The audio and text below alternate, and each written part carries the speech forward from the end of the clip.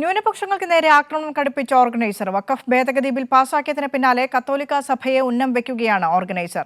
ഇന്ത്യയിൽ ഏറ്റവും കൂടുതൽ ഭൂമി കൈവശം വെച്ചിരിക്കുന്നത് കത്തോലിക്ക സഭയെന്നും ഓർഗനൈസർ അതേസമയം വിവാദമായതോടെ ലേഖനം പിൻവലിച്ചിരിക്കുകയാണ്. ലേഖനം പിൻവലിച്ചുവെങ്കിലും അതിലൂടെ പുറത്തു വന്നിട്ടുള്ളത് RSSന്റെ യഥാർത്ഥ മനസ്സിലിരിപ്പാണ് എന്ന് മുഖ്യമന്ത്രി പിണറായി വിജയൻ പറയുന്നു. ഷീജ തിരുവനന്തപുരത്ത് നിന്ന് ചേരുമ്പോൾ. ഷീജ പറയൂ. തീർച്ചയായും. അതായത് ഈ മുസ്ലിം ന്യൂനപക്ഷങ്ങളുടെ ഭരണഘടനാപരമായിട്ടുള്ള അവകാശങ്ങളെ ഹനിക്കുന്ന വഖഫ് നിയമ ഭേദഗതി അത് പാർലമെന്റ് പാസാക്കിയതിന് തൊട്ടു പിന്നാലെയാണ് ഇത്തരത്തിൽ കത്തോലിക്ക സഭയെ ഉന്നം വെച്ച് നീങ്ങുകയാണിപ്പോൾ സംഘപരിവാർ. അതിന്റെ ഭാഗമായി തന്നെയാണ് RSSന്റെ മുഖപത്രമായ ഓർഗനൈസറിലെ ഈ ലേഖനം എന്നത് തന്നെയാണ് മുഖ്യമന്ത്രി പ്രസ്താവനയിലൂടെ പറയുന്നത്. അതിനൊപ്പം തന്നെ ഓർഗനൈസർ വെബ്സൈറ്റിൽ നിന്ന് ഈ ലേഖനം പിൻവലിച്ചിട്ടുണ്ടെങ്കിലും അതിലൂടെ പുറത്തു വന്നിട്ടുള്ളത് RSSന്റെ യഥാർത്ഥ മനസ്സിലിരിപ്പാണ്.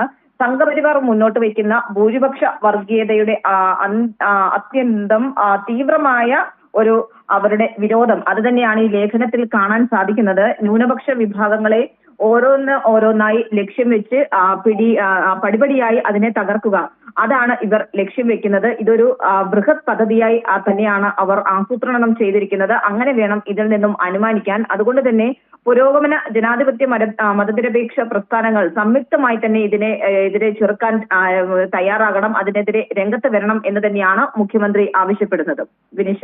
ഷീജ, കൃത്യമായി തെരഞ്ഞെടുപ്പ് ലക്ഷ്യം വെച്ചുകൊണ്ട് തന്നെയാണ് ഓർഗനൈസറിന്റെ മുഖവാരിക ഇത്തരത്തിൽ ഒരു ലേഖനം എഴുതുന്നത്. നേരത്തെ തന്നെ നമുക്ക് വ്യക്തമായതാണ്. വഖഫ് ഭേദഗതി ബില്ല് പാർലമെന്റിന്റെ ഇരുസഭകളിലും പാസാക്കിയ കേന്ദ്ര സർക്കാർ ഇനി കൈവയ്ക്കാൻ പോകുന്ന കാര്യമെന്ന് പറയുന്നത്, മേഖല എന്ന് പറയുന്നത്, ഭേദഗതി എന്ന് പറയുന്നത് ചർച്ച് ആക്ടാണ്.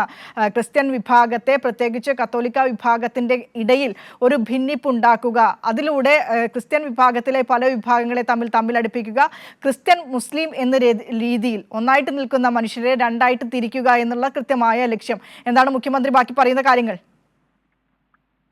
തീർച്ചയായും വിനിഷ, ഏതായാലും വർഗീയ വേർതിരിവ് ഉണ്ടാക്കി അവിടെ നേട്ടം കൊയ്യുക എന്നുള്ളത് തന്നെയാണ് RSSും BJPയും ഇതിലൂടെ ലക്ഷ്യമിടുന്നത് എന്നുള്ളതിൽ ഒരു തരത്തിലുള്ള സംശയവുമില്ല. കാരണം സഭയുടെ സ്വത്തിനെ കുറിച്ച് അനവസരത്തിലുള്ള ഒരു അനാവശ്യ പരാമർശം അത് തന്നെയാണ് ഇപ്പോൾ ഉണ്ടായിരിക്കുന്നത് എന്നുള്ളത് പറയുവാൻ സാധിക്കില്ല. കാരണം അവർ കൃത്യമായിട്ടുള്ള ലക്ഷ്യത്തിന്റെ അടിസ്ഥാനത്തിൽ തന്നെയാണ് ഈ പരാമർശങ്ങൾ ഓർഗനൈസറിലൂടെ, RSSന്റെ മുഖപത്രമായിട്ടുള്ള ഓർഗനൈസറിലൂടെ നടത്തിയിട്ടുള്ളത്. അതുകൊണ്ട് തന്നെയാണ് മുഖ്യമന്ത്രി പറയുന്നത്, ഓർഗനൈസറുടെ വെബ്സൈറ്റിൽ നിന്ന് ഇത് പിൻവലിച്ചിട്ടുണ്ടെങ്കിൽ പോലും എന്താണ് RSSന്റെ മനസ്സിലിരിപ്പ് അത് തന്നെയാണ് ഇപ്പോൾ ഈ ഒരു ലേഖനത്തിലൂടെ പുറത്തു വന്നിരിക്കുന്നത്.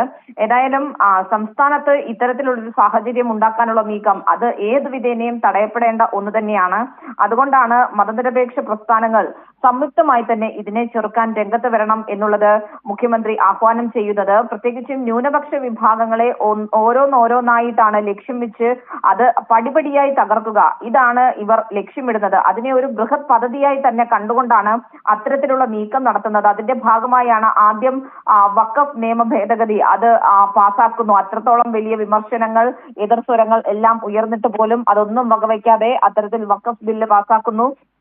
അതിന് തൊട്ടു പിന്നാലെയാണ് ഈ ക്രൈസ്തവ സഭയുടെ സ്വത്ത് സംബന്ധിച്ചുള്ള ഒരു കണക്കും അതെല്ലാം സർക്കാർ ഏറ്റെടുക്കണം എന്ന തരത്തിലുള്ളൊരു ലേഖനവുമായി രംഗത്തെത്തിയിരിക്കുന്നത്. കാരണം അത് എന്താണ് അവർ ലക്ഷ്യമിടുന്നത് എന്നുള്ളത് ഇതിൽ നിന്ന് തന്നെ വ്യക്തമാണ്. അതുകൊണ്ട് ഒറ്റക്കെട്ടായിട്ടുള്ള ഒരു മതനിരപേക്ഷ പോരാട്ടം തന്നെയാണ് ഇതിൽ ആവശ്യം എന്ന് തന്നെയാണ് മുഖ്യമന്ത്രി പറഞ്ഞു വെക്കുന്നത്. യെസ്, ഷീജയും സ്വാതി സന്തോഷ് ദില്ലിയിൽ നിന്നുമാണ് വിശദാംശങ്ങൾ പങ്കുവച്ചത്. ന്യൂനപക്ഷങ്ങൾക്ക് നേരെ ആക്രമണം കടുപ്പിക്കുകയാണ് ഓർഗനൈസർ. വീണ്ടും വഖഫ് ഭേദഗതി ബില്ലിൽ പാസാക്കിയതിന് പിന്നാലെ കത്തോലിക്ക സഭയെ ഉന്നം വെച്ച ഓർഗനൈസർ ലേഖനം എഴുതി വിവാദമായതോടെ അത് പിൻവലിച്ചിരിക്കുകയാണ്. ഈ ലേഖനം പിൻവലിച്ചതിലൂടെ ഈ RSSന്റെ യഥാർത്ഥ മനസ്സിലിരിപ്പാണ് പുറത്തേക്ക് വന്നത് എന്ന പ്രതികരണം മുഖ്യമന്ത്രി പിണറായി വിജയന്റെ ഭാഗത്തുനിന്നുണ്ടായി.